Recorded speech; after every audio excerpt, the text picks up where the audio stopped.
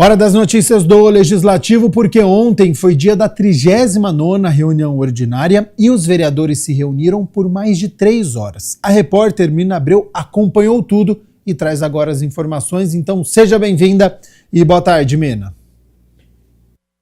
Boa tarde, Gabriel, e a você que nos assiste. Nesse período de mais de 3 horas de discussão, os vereadores aprovaram 2 projetos de autoria do prefeito. O primeiro trata da proposta da Lei de Diretrizes Orçamentárias para o ano de 2026. O presidente da Câmara, vereador Luiz Rossini, falou da importância da votação e detalhou o projeto. A necessidade de votar antes do recesso é porque isso não pode retardar, obviamente, o processo de planejamento da Prefeitura. Ela precisa ter a lei aprovada, é uma obrigação da Câmara, para, com base nisso, no segundo semestre, elaborar o orçamento para o ano de 2026.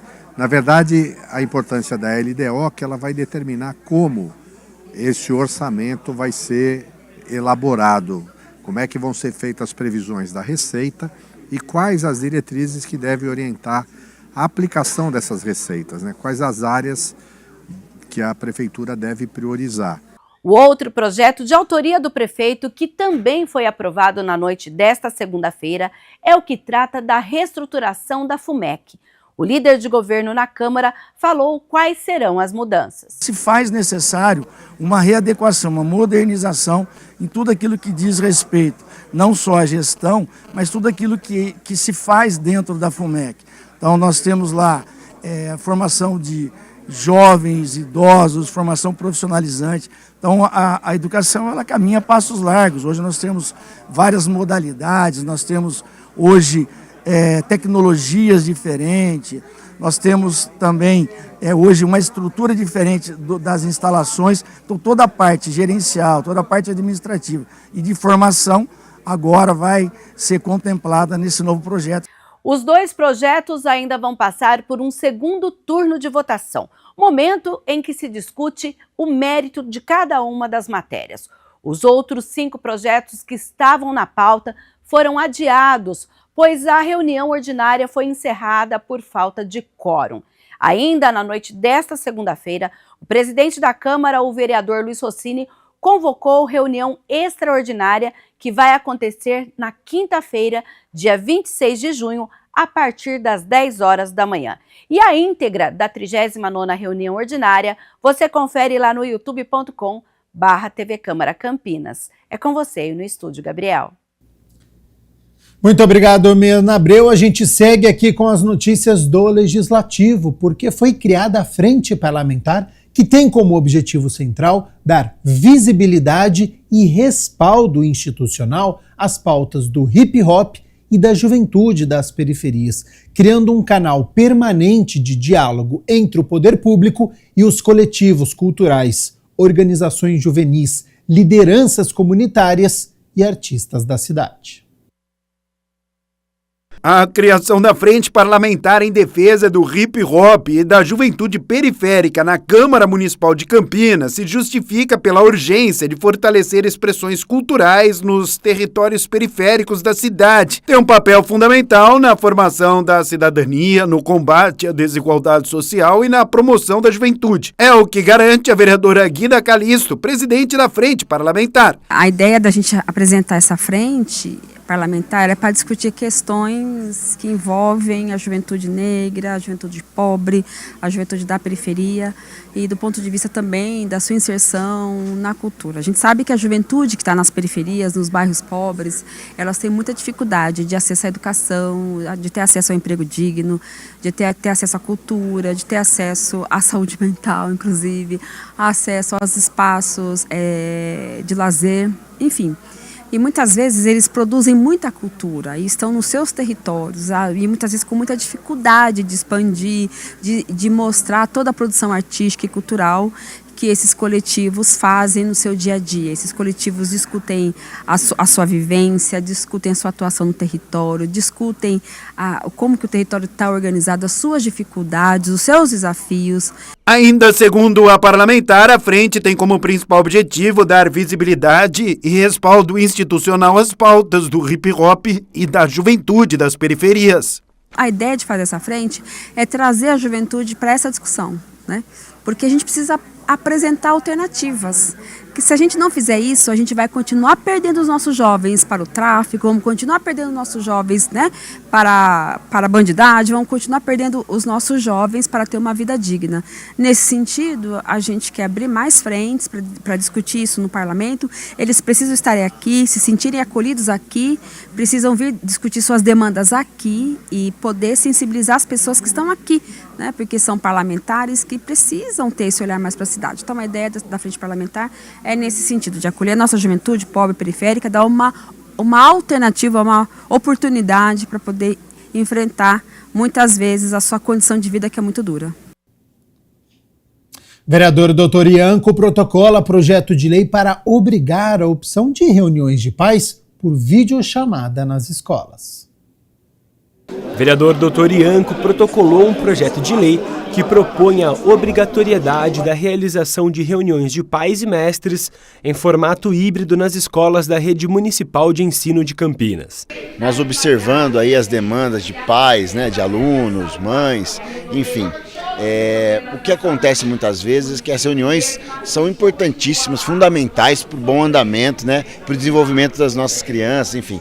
Mas muitas vezes essas reuniões se tornam um pouco complexas para um pai se direcionar até a localidade, uma mãe. Então, nós estamos buscando com esse projeto uma facilidade, né, uma condição de acesso, né, às informações sobre esse aluno, mas ao mesmo tempo que traga celeridade e praticidade para os nossos pais de alunos. De acordo com o vereador, a proposta busca adaptar a rotina educacional às novas dinâmicas da sociedade, promovendo maior inclusão e participação das famílias. Mais um advento dessa tecnologia, porque as videoconferências são possíveis graças ao advento, né, dos telefones, dos smartphones, dos tablets, dos computadores, e com isso um pai e uma mãe vão estar sempre atentos ao andamento, né, da condição do seu filho dentro de uma escola.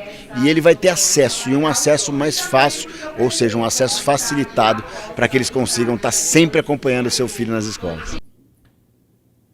12:30. Muito obrigado pela sua companhia, pela sua audiência. Estamos ao vivo nesta terça-feira. A gente segue aqui com as notícias do Legislativo, porque a Comissão Permanente de Relações Internacionais aqui da Câmara se reuniu e debateu o fortalecimento do diálogo com a Câmara de Comércio Exterior de Campinas e região. A reunião foi presidida pela vereadora Paola Miguel. O diálogo foi com a Câmara de Comércio Exterior da cidade com o objetivo de construções de ações conjuntas.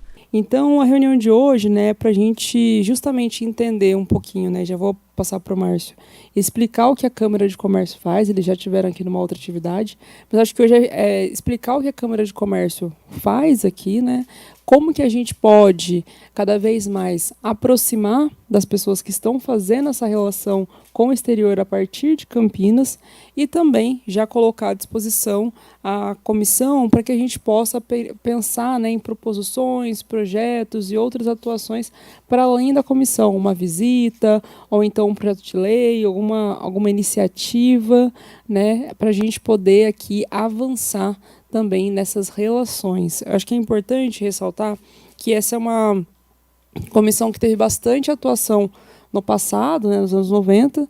Depois ela, na pandemia, né, ela ficou bem ali no pandemia e pós-pandemia, ainda com dificuldades de avanço, né, com relação, e agora a gente está tentando reestabelecer nessas relações internacionais. A Câmara de Comércio Exterior de Campinas e região é uma organização privada sem fins lucrativos e atua como ponte entre o setor público e a iniciativa privada, com a missão de integrar parceiros e fomentar negócios ligados ao comércio internacional de bens, serviços e também ao turismo na macro-região de Campinas. Estamos trabalhando nessa linha, mas estamos sediados aqui em Campinas, e o nosso foco é sempre trazer resultados para a cidade de Campinas, né?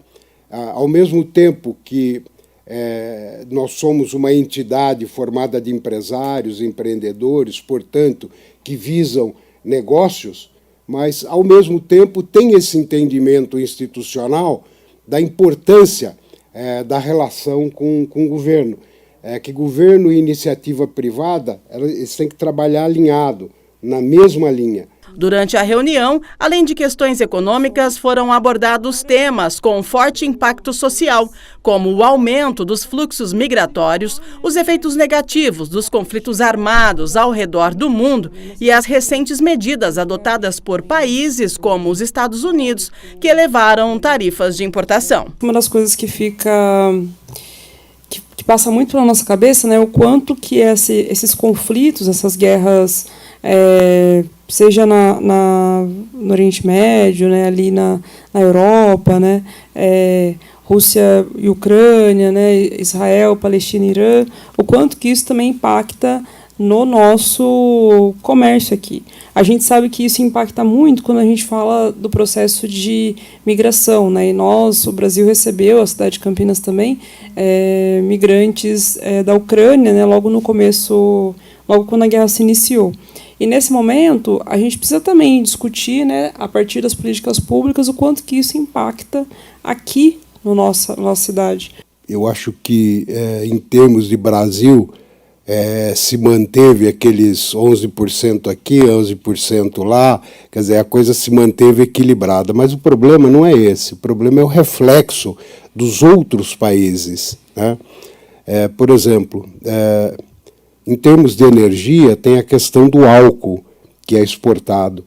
E, por enquanto, não tem reflexo ainda. Por quê? Porque os contratos estão em andamento. Mas se essas determinações do governo americano permanecerem, né, esses contratos vão vencer e vai sobrar álcool.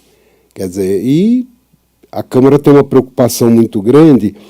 Quais são os países, por exemplo, que necessitam de álcool e não está em negociação com o Brasil? Quer dizer, é uma coisa que precisa se pensar isso, né? Porque para que a economia do nosso país se mantenha equilibrada, quer dizer, se não se resolver essa questão do mercado americano até o vencimento desses contratos, quer dizer, teriam que ter outros países para receberem o álcool brasileiro. Isso é uma coisa que nós já estamos tratando. Os refugiados climáticos foram o tema da primeira parte da 38ª reunião ordinária.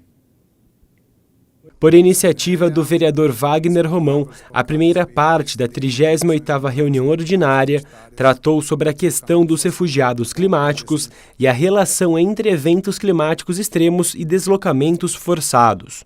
Hoje, todos os tratados internacionais eles não reconhecem essa figura do refugiado climático ou ambiental.